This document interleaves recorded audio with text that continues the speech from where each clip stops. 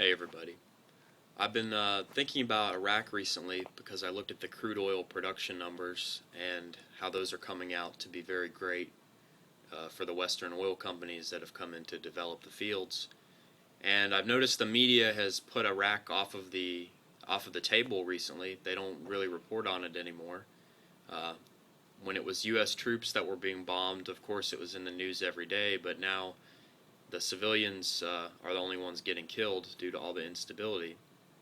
But at any rate, we all should know at this point the only reason we went to Iraq, we being the U.S.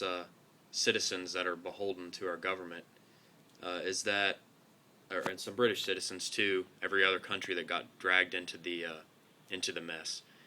The only reason we went there was for crude oil. There's no doubt about it that it wasn't for terrorism or any other reason, because if it was for terrorism, we are the terrorist, because we were funding Saddam and the Saddam regime back in the 80s until we decided, or our government decided that they don't care for Saddam anymore. And it went from there. In the 90s they bombed him, and that led up to the invasion. So the crude oil production in Iraq is, I think it's over 3 million barrels a day now, and if it's not, it's about to go over that amount. That's up from 1 million barrels a day after they devastated the oil industry there. And everybody is coming in to develop the fields, and so much development is happening right now. The companies have more cash than they know what to do with.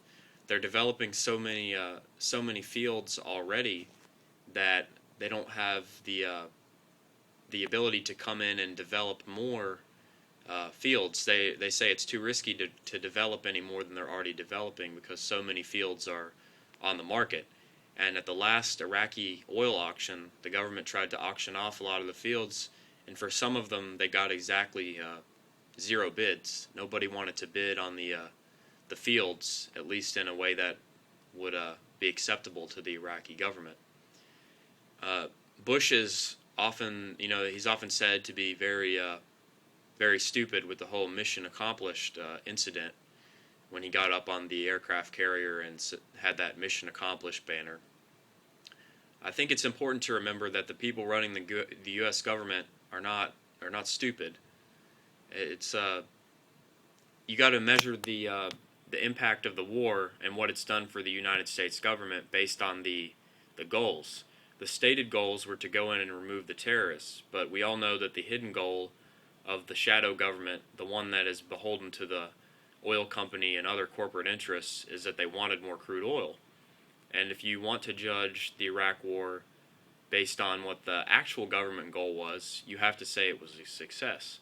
The U.S. government got exactly what they wanted, which was the ability for the Western oil companies to come in and develop the reserves, and for the Western governments to have, Western governments and companies to have control over the reserves. They've achieved that fully, and the predictions for Iraqi oil output going into the future, it's around 3 million barrels a day now. It's going to at least double, at least if they can meet all of the capital expenditure requirements that they're going to have to do, all the investments to boost the production up.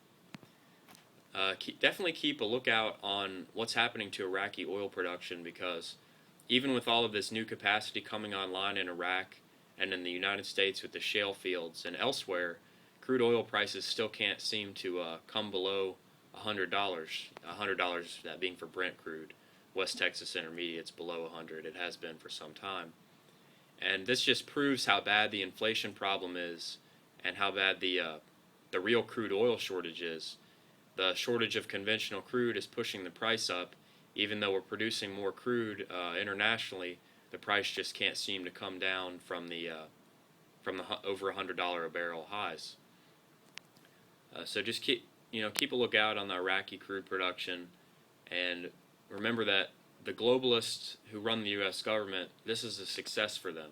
Anyone who thinks the Iraq war was a failure, well, you might be right in the context of a failure for the American people, but the globalists that run the government and the oil companies got exactly what they wanted, which was a few extra million barrels a day, spare capacity for crude production that they couldn't get from the Saudis or anywhere else. They had to go and invade Iraq for that. Thanks for watching.